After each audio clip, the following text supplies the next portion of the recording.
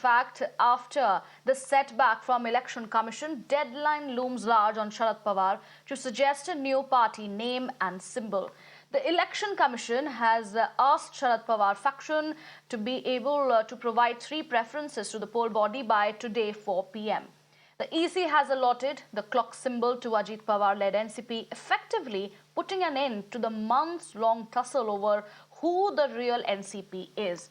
Now, the Election Commission's decision also comes as a huge blow to the party founder and veteran Sharad Pawar.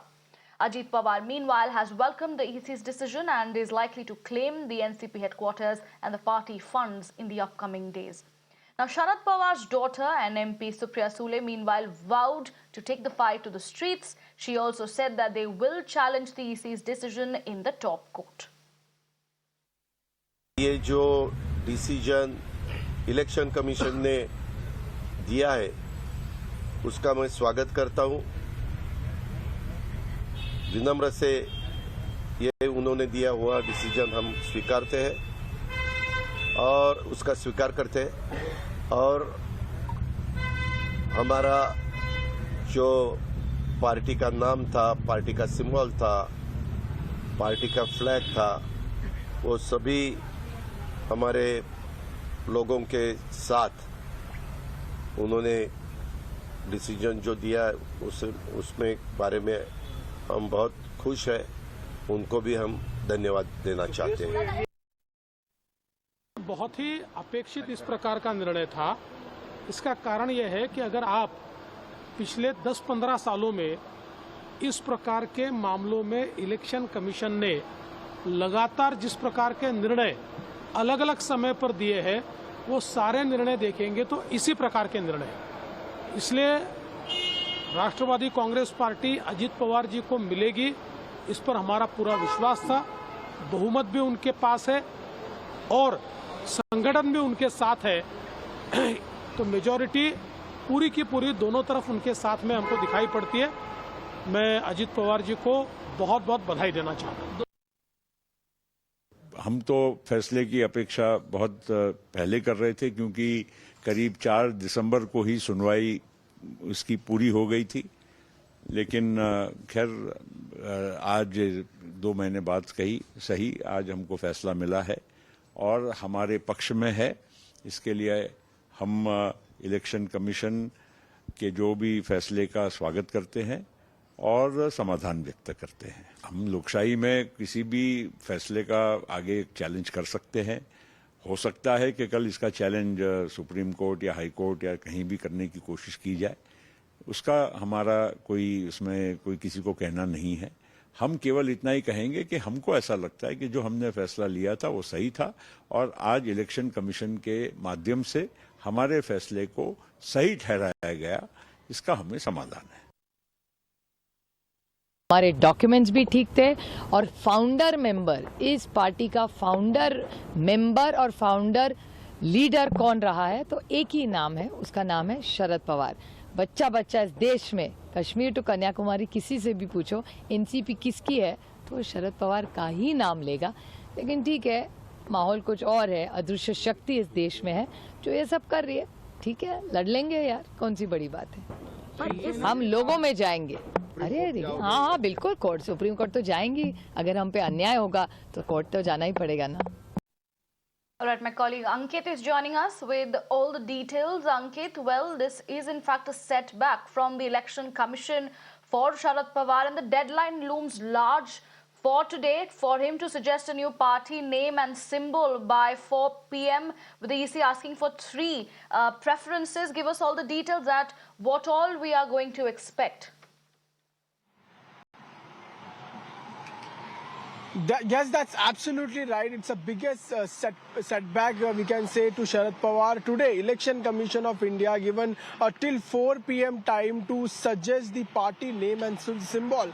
From the sources we came to know Sharad Pawar is going to suggest the rising sun will and also the tractor as a symbol of the party, and also he is going to retain the nationalist and the Congress word for the party. Apart from that, as we also know here, the decision which was made by Election Commission of India by the majority of the legislature, where from the 81 legislature, Ajit Pawar got the 57 votes and Sharad Pawar got completely 28 votes in this, and on the majority basis. But when we talk about the party constitution, where clearly it is mentioned in the Election Commission of India order that both the party have not followed the party constitution, and that is the reason on the majority the symbol and the name which was given to Ajit Pawar. On the other side, where Ajit Pawar is also claiming that the NCP party office, which is the one of the biggest office